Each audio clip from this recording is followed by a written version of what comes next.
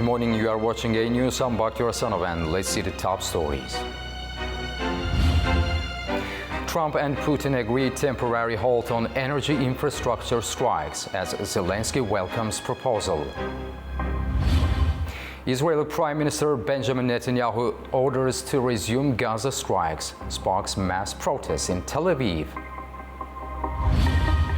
NASA astronauts Butch Wilmore and Sonny Williams finally back on Earth after a 9-month delay.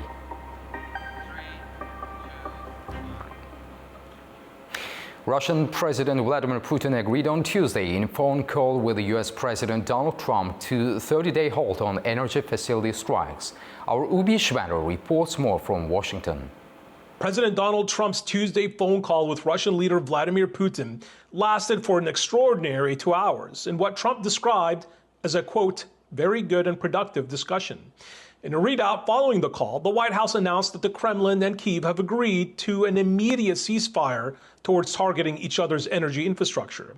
Both countries have been launching drones and missile strikes against each other's oil refineries and electrical power stations. The deal falls short of a total ceasefire, but President Trump said in a social media post that there is an understanding that the U.S. and Russia will work quickly towards a complete ceasefire and ultimately to end the war between Russia and Ukraine. Trump stated that he believes that both Presidents Putin and Zelensky want to see an end to the conflict, and that he believed that the peace process is now, quote, in full force and effect.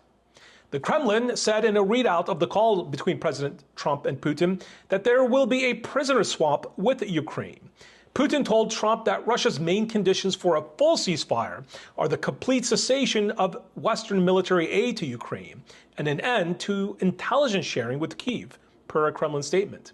In a subsequent media interview, President Trump denied that he discussed Ukrainian military aid with President Putin.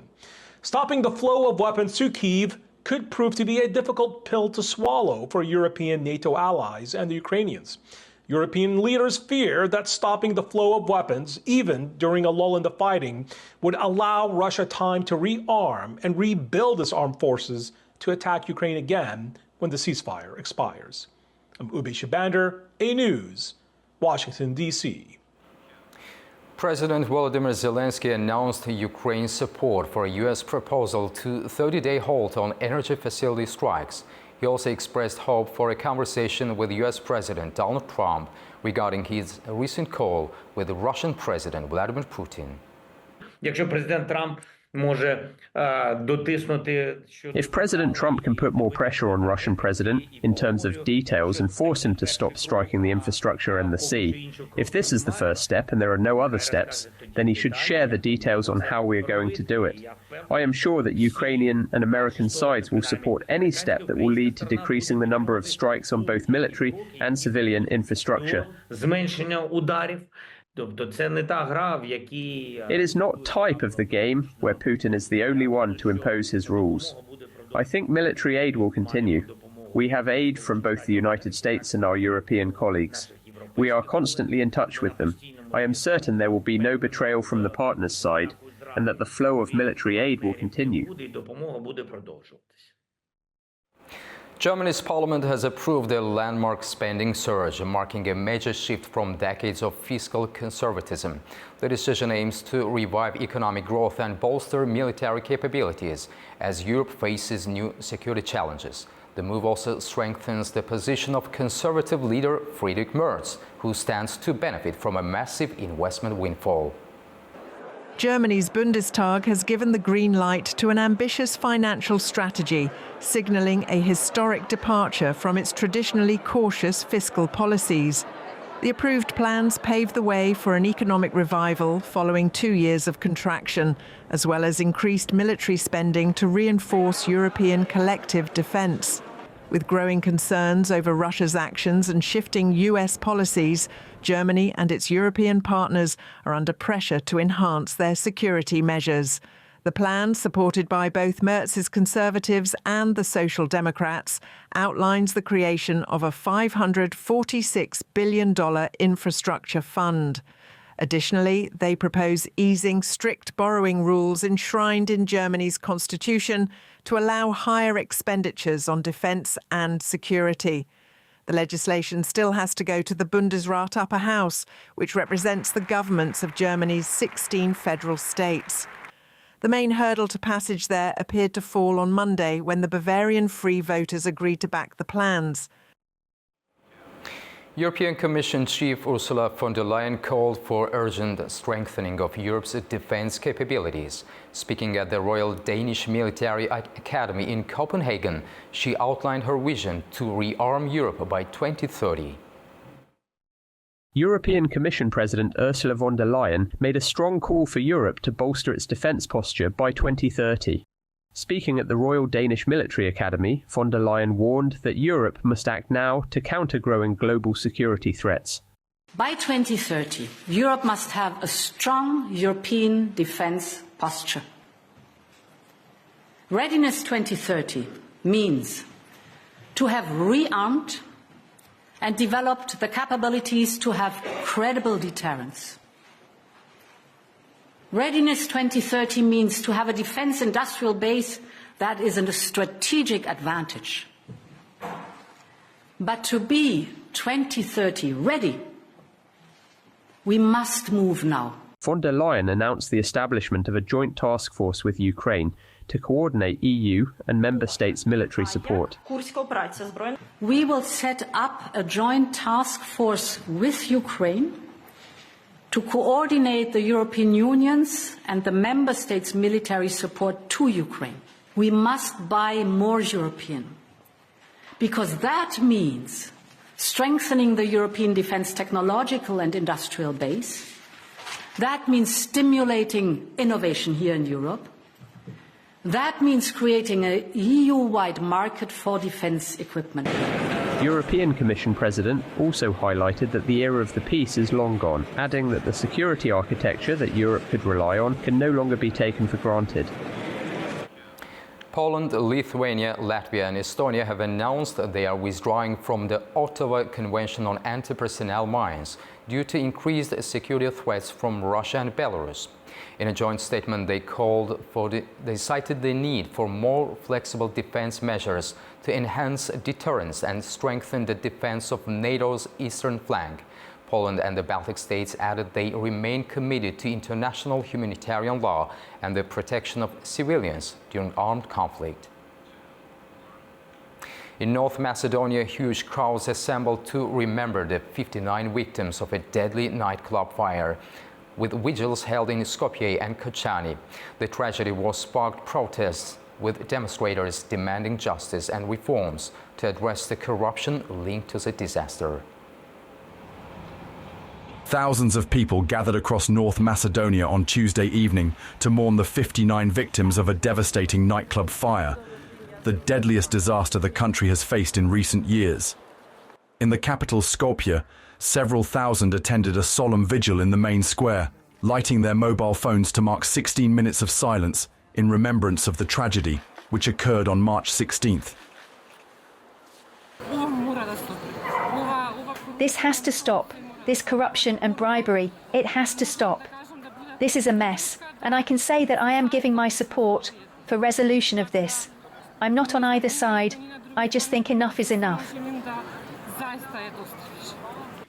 Meanwhile, hundreds gathered in Kočani, the town where the fire broke out, for prayers and to release black balloons into the sky. Attendees held photographs of the victims and those involved in the rescue efforts, while others lit candles and wrote condolence messages.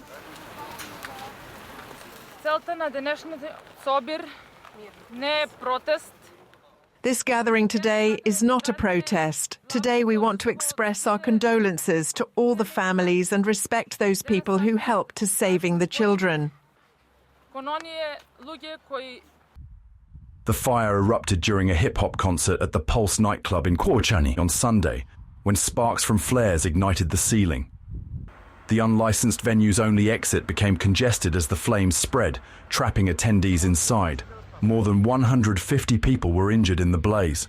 Officials revealed that the nightclub's license was illegally obtained, and the venue lacked proper safety measures such as fire extinguishers and emergency exits.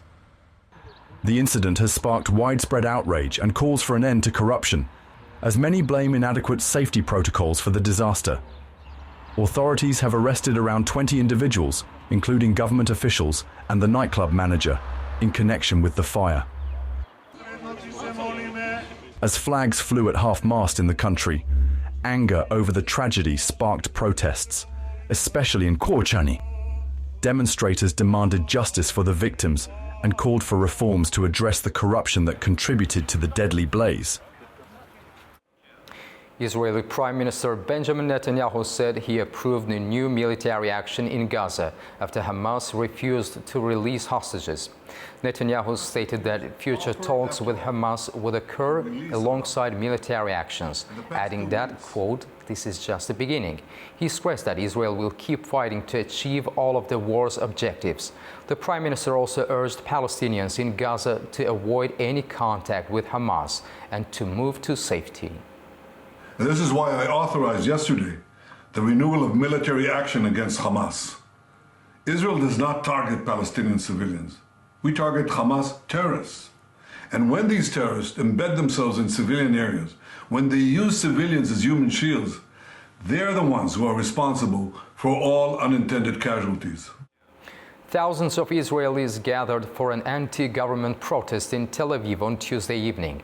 The demonstration came after Israel decided to resume airstrikes on the Gaza Strip following Hamas' rejection of ceasefire extension proposals. Around 40,000 protesters gathered at Habima Square in central Tel Aviv to rally against Prime Minister Benjamin Netanyahu's decision to take military action on Gaza. The people expressed anger at the government, accusing it of weakening Israel's democracy and focusing on military action instead of peace efforts. And Netanyahu and the government, no matter what they're trying to prolong their grasp of the reins over Israel now, destroy all of its democratic foundation, and move away from the hostages, which is the main thing that's supposed to be on the table. Everything else has to be second stage to that. Also, we are worried about what is going on here. Is our democracy going to be, I don't know what? Do the government works for us? Do they care about us, the people? How come we feel like we want to be together? Israelis are such lovely people. What happened to us? Israeli airstrikes on Gaza on Tuesday killed over 400 people, according to Palestinian health authorities. This marks the end of nearly 2 months of relative calm since the ceasefire began in January. Both Israel and Hamas accused each other of violating the peace agreement. Hamas, which still holds 59 of the 250 hostages Israel claims were taken during the October 7, 2023 attack, made no threat of retaliation. Following the airstrikes on Gaza, UN's Under-Secretary General Tom Fletcher briefed the Security Council on the situation on the ground. Fletcher said that overnight, quote, "our worst fears materialized." He went on to say that since March 2nd, Israeli authorities had cut off the entry of food, medicine, fuel and cooking gas for 2.1 million people in Gaza. While some members of the Security Council condemned Israeli strikes, the U.S. representative said Washington supports Israel. I want to respond to the allegation of indiscriminate attacks by the IDF. The IDF is striking Hamas positions. It is well known that Hamas continues to use civilian infrastructure as launching pads, and the United States condemns this practice, as should others. President Trump has made clear that Hamas must release the hostages immediately or pay a high price, and we support Israel in its next steps. We hope that we won't have to say this again. Well, we hope that, but reality now means that we have to.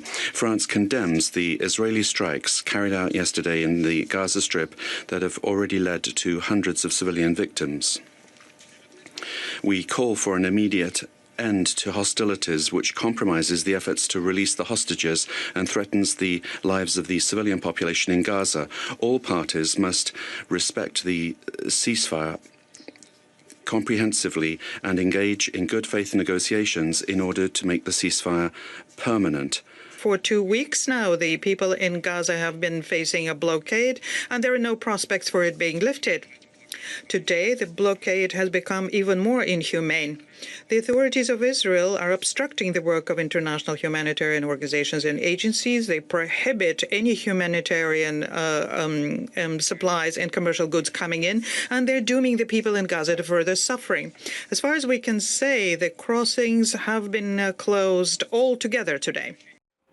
President of the Democratic Republic of Congo, Felix Tshisekedi, and Rwandan President Paul Kagame met in Doha on Tuesday for direct talks aimed at addressing the ongoing conflict in eastern Congo.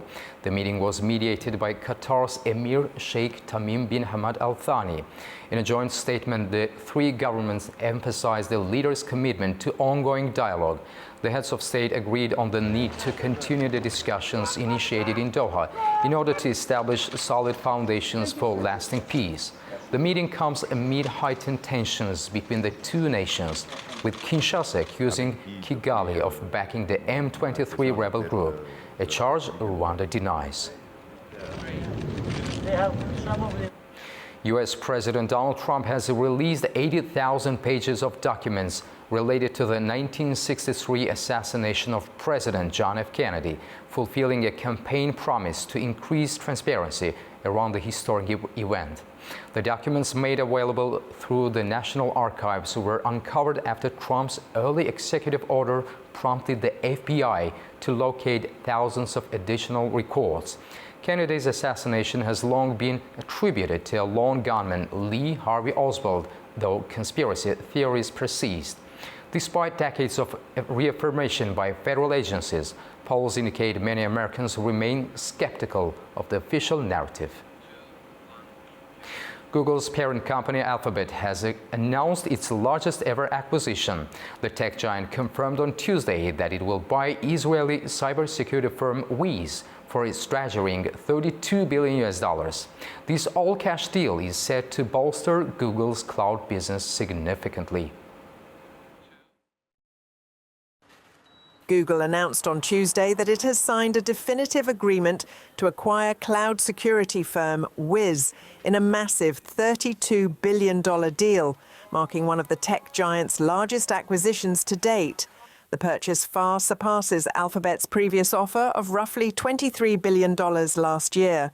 Wiz had called off that deal in July over concerns it would not clear antitrust hurdles. The acquisition is a strategic move by Google to enhance its cloud security services, leveraging Wiz's AI-powered cybersecurity solutions. Companies rely on Wiz to detect and eliminate critical security risks in cloud environments. Gil Luria, head of technology research, emphasized the importance of the deal for Google. It's a very important deal for Google. It's the largest they've ever done. And it really is there to reinforce their cloud offering. If they're to compete with Microsoft Azure on cloud offerings, Microsoft is very strong on the security side. And for Google to be able to competitive, it needed to take a big leap forward, which is why it wants to acquire Wiz. Industry analysts suggest that the Trump administration's potential rollback of some antitrust policies may allow the deal to go through more smoothly. Wiz, which offers cloud-based cybersecurity solutions, was valued at $12 billion in a funding round last May. Interest in the cybersecurity sector has surged following last year's global outage at CrowdStrike, which highlighted vulnerabilities in digital infrastructures and raised enterprise concerns about cybersecurity. Google has stated it expects the deal to close next year, with Wiz joining its cloud division. Despite the acquisition, Wiz products will remain available across all major cloud platforms, ensuring continued access for businesses using different providers. NASA astronauts Butch Wilmer and Suni Williams have returned to Earth after an unexpected 9-month stay aboard the International Space Station. The planned week-long mission was extended due to Starliner's technical failures. The astronauts landed safely in a SpaceX Crew Dragon off Florida's coast on Tuesday. They were just in space moments ago, so their arms were able to float freely. NASA astronauts Butch Wilmore and Sahani Williams splashed down off the coast of Florida on Tuesday, concluding a mission that lasted far longer than expected due to persistent issues with Boeing's Starliner spacecraft. Taking a series of helicopters out to the vessel. Oh yeah, Sandra, this. The pair initially launched in June for what was supposed to be an 8-day test flight. However, propulsion system failures left them stranded aboard the ISS for 9 months, forcing NASA to bring them back aboard SpaceX's Crew Dragon as part of its regular crew rotation. And there you have it. The side hatch is open for the first time since September. Wilmore and Williams, both retired U.S. Navy test pilots, undocked from the ISS at 1:05 a.m. ET alongside 2 other crew members. After a 17-hour journey, they re-entered Earth's atmosphere at 5:45 p.m. ET, decelerating from 17,000 miles per hour to just 17 miles per hour before making a smooth splashdown. Or exits the spacecraft. NASA's live broadcast showed the astronauts in good spirits before departure, bidding farewell to their ISS colleagues. Following their recovery, Wilmore and Williams were transported to NASA's Johnson Space Center in Houston for routine medical checks before reuniting with their families. The extended mission also sparked political debate, President Donald Trump calling for their expedited return, alleging that President Joe Biden had delayed the retrieval. SpaceX CEO Elon Musk supported Trump's remarks, stressing Crew Dragon's reliability as the only fully operational U.S. crewed spacecraft. The mission further highlights Boeing's struggles with the Starliner program, which was meant to rival SpaceX's Crew Dragon, but has faced repeated technical setbacks. NASA continues to evaluate the future of Starliner, aiming to ensure a reliable fleet for human spaceflight. Congrats to the team. Now we take you to Istanbul, where Turkey's first virtual reality museum, Müzeverse, is offering visitors an unprecedented journey through history. Imagine stepping back 4,500 years to witness the mysteries of ancient Egypt unfold before your eyes. This groundbreaking museum is redefining how we experience the past. Let's take a closer look. Located in unique Istanbul, Müzeverse is Turkey's first virtual reality museum, offering an immersive journey into history like never before.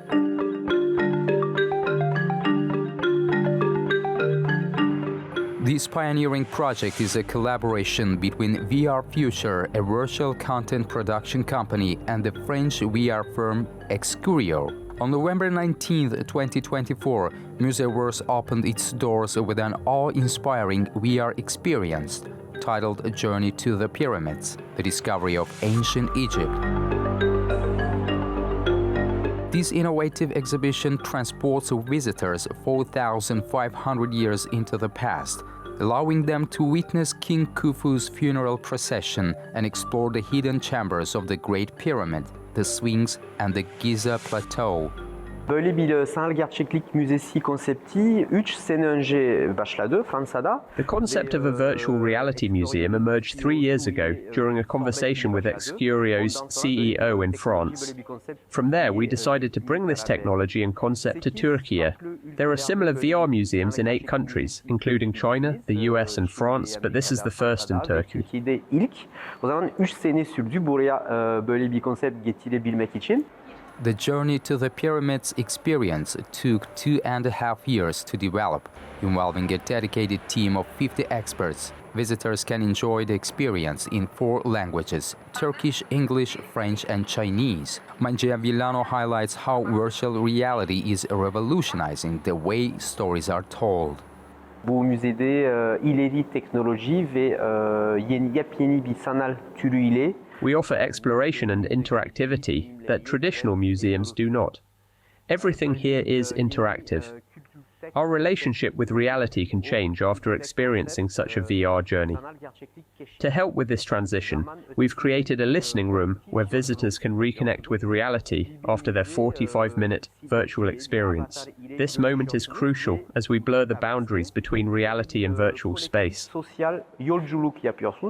Looking ahead, Museverse has ambitious plans to showcase Turkey's cultural heritage to a global audience. The museum aims to expand to 40 different locations worldwide this year, bringing its innovative virtual reality experiences to history and art enthusiasts everywhere. That's all for now. Stay tuned for more updates and have a wonderful morning.